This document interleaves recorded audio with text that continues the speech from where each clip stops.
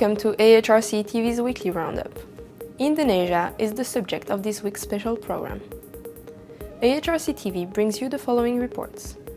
11 years after Munir's assassination, his wife Suciwati unveils Munir Street in The Hague and calls on the Indonesian President to resolve the case. Filipino migrant worker Mary Jane Veloso faces the firing squad in Indonesia for drug offense.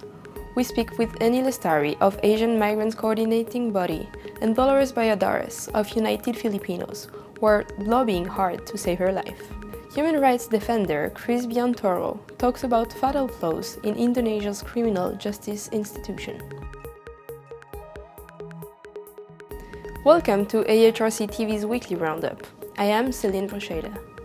This week's program begins with a report about Suciwati Munir, who was in the Netherlands this week to unveil a street that has been named in the memory of her husband Munir. Indonesia's most outspoken human rights defender, a thorn in the side of Indonesia's powerful military apparatus, and the Right Livelihood Award Laureates, Munir was assassinated on a flight from Jakarta to Amsterdam on 7 September 2004.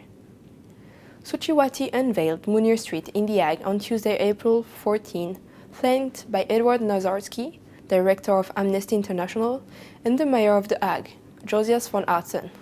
Suciwati has released a petition signed and supported by 36 Right Livelihood Award Laureates from across the world, calling on Indonesian President Joko Widodo to honor his election promises and bring those that masterminded Munir assassination to account. President Widodo made it an election campaign promise to resolve Indonesia's past human rights violation.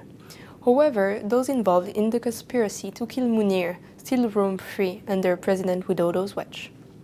Since Munir was poisoned with arsenic, the alleged hired assassin Polikarpus has been convicted, then acquitted, then convicted again of the killing, and subsequently sentenced to 14 years in prison. Despite the conviction, Polikarpus has already been freed, and alleged mastermind General Andro Priono appears to be in close association with President Widodo. Here is Suciwati expressing her frustration about the lack of progress in this case. Betul, presidennya hari ini ganti tapi banyak hal yang saya pikir yang justru melihat kasus ini menjadi mandek. Pertama, begitu jadi presiden, wakil presidennya membuat statement bahwa kasus Munir sudah selesai. Yang kedua, sejak awal presiden ini sudah didukung oleh para pelaku pelanggar HAM, dan orang yang langsung bertanggung jawab terhadap pembunuhan Munir itu justru menjadi orang penasihat presiden. Dan orang akan melihat bahwa kita nggak perlu lagi melakukan sesuatu yang dunia aktivisme kayak Munir, karena toh kalau kemudian ini berbahaya tidak ada perlindungan di situ, tidak ada penyelesaian kasus. Jadi penting untuk kita terus berteriak mengatakan bahwa harus diselesaikan kasusnya. Kalau tidak, ini menjadi presiden buruk, dan kami terus mengingatkan itu kepada masyarakat bahwa ini tidak boleh lagi terjadi. Menurut saya penting karena kalau tidak terus-menerus diingatkan, maka dan ini orang-orang yang sangat penting yang mengingatkan di seluruh dunia bagaimana mereka mendorong soal hak asasi. Next, a global campaign is underway to save the life of Mary Jane Veloso, a 30-year-old Filipino migrant domestic worker who was caught arriving in Indonesia's Jakarta airport in April 2010 with 2.6 kilos of heroin in her luggage. Draconian drug laws mean Veloso was sentenced to death. After 5 years on a death row, it appears that the execution is now imminent. According to one campaign underway in Hong Kong to save Veloso from the firing squad, this mother of two is not a drug trafficker, but a poor Filipino migrant worker who was duped by a drug trafficker to carry a bag containing the drugs. In other words, Veloso had no knowledge that the bag she was carrying contained any drugs. Veloso went to Dubai in 2009 to work as a domestic worker, hoping to improve her family's situation and to provide education for her children. However, she returned to Manila before a 2-year contract ended because her employer in Dubai had tried to rape her. In 2010, a friend approached Veloso with the information that her friend in Malaysia was looking for domestic help. After arriving in Malaysia with her friends who recruited her, Veloso was informed that her prospective job was no longer available, but that another job was available in Indonesia. The friend gave Veloso an empty suitcase to put her clothes in, and gave her money for the trip to Indonesia. As she passed through the X-ray machine at the airport in Yogyakarta, 2.6 kilos of heroin valued at $500,000 was discovered packed in the inner part of the suitcase. A coalition of migrant workers' organizations in Hong Kong have written a letter of appeal to President Joko Widodo of Indonesia, pleading for the life of Mary Jane Veloso to be spared by granting her clemency for humanitarian reasons. The letter was delivered to the Indonesian Consulate General in Hong Kong earlier this week. The coalition argues that Veloso, initially a victim of her socio-economic situation of extreme poverty, was subsequently further victimized by both labor traffickers and the drug syndicates. As a victim, the coalition argues she deserves all the support that she can get, support that her own government has failed to provide to her. An excerpt of the letter of appeal reads as follows.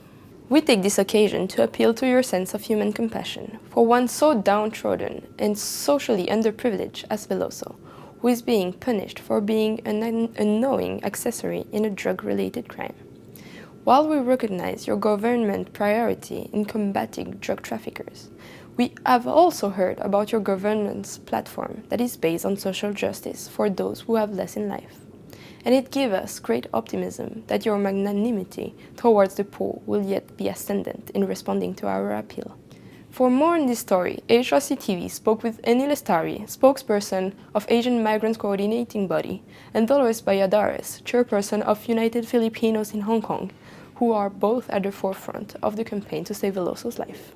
Actually, this is one of the major concerns that we are facing as migrant workers, not only in Hong Kong, also in other countries, because we think that these things are happening because the problem of poverty, unemployment, low wages in our country was not addressed by our government at the moment, and even the previous government. So this problem of poverty forced the Filipinos to go overseas to look for a job, and then the illegal recruitment, illegal trafficking, about drugs is happening, and these syndicates are actually targeting the poor people in the Philippines, like Mary Jane.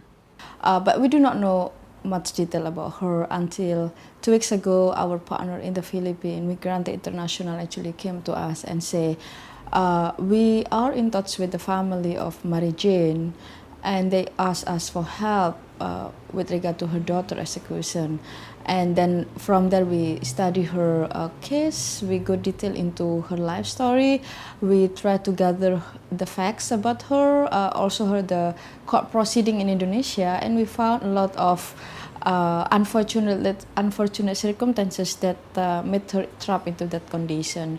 And we realized that she is just one of the many domestic workers who tried to find a job, and she was cheated by syndicate, human trafficker, to carry a drug without her knowing that is a drug. And actually, Mary Jane is just a simple mother of two.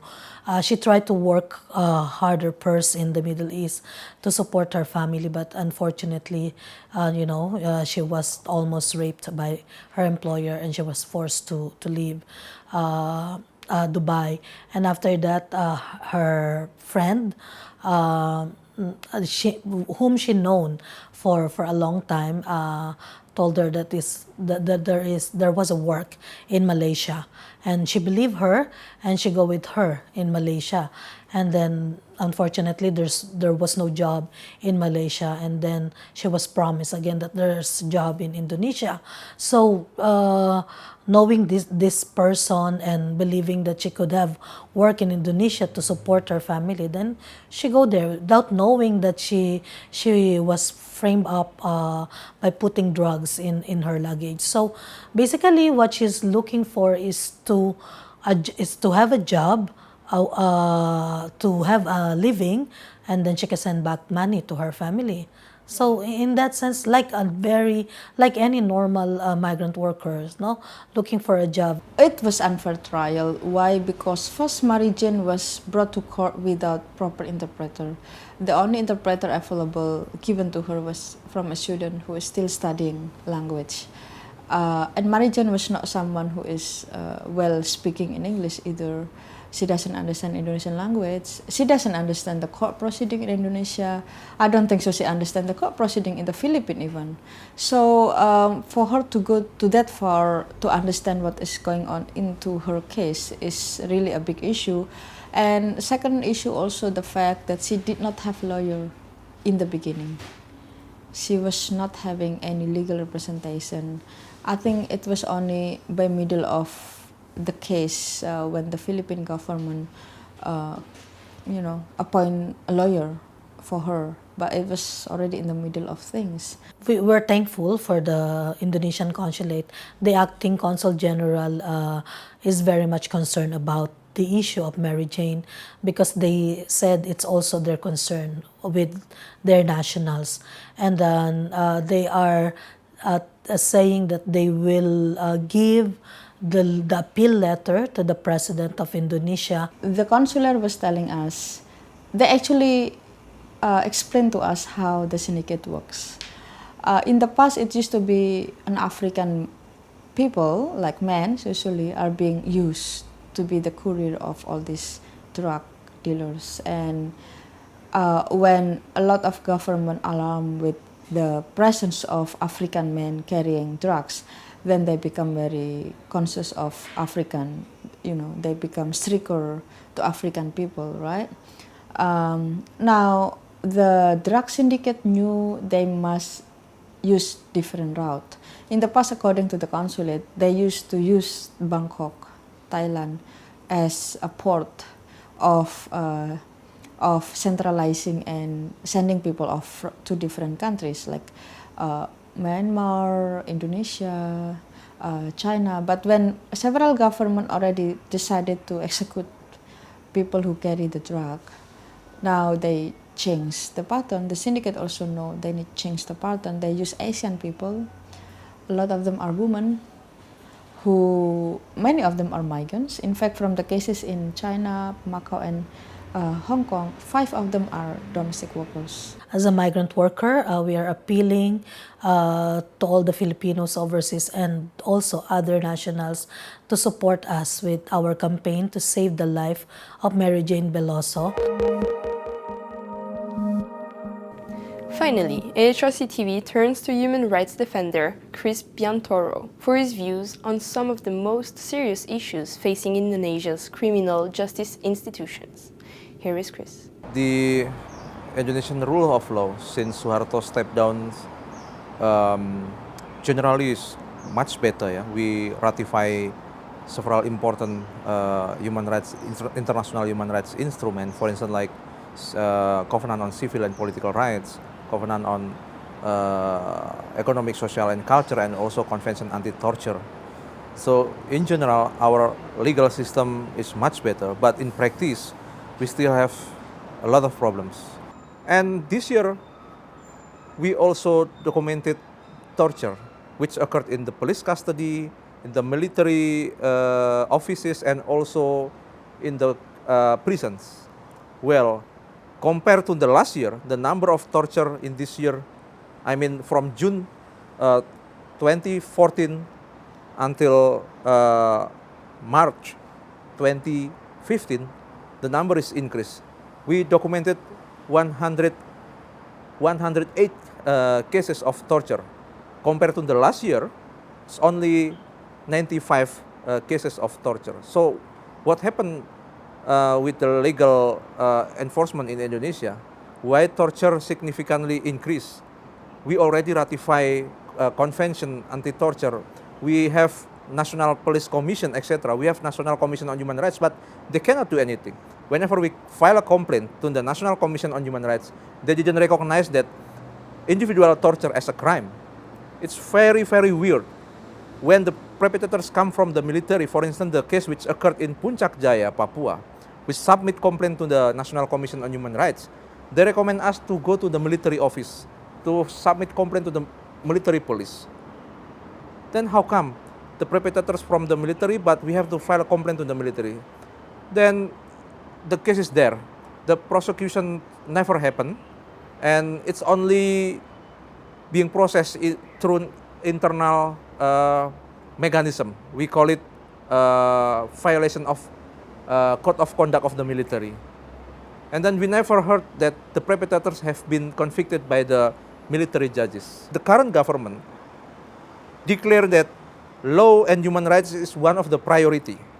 Mr. Jokowi says in his vision and mission that law and human rights is the priority to be increased, to be protected.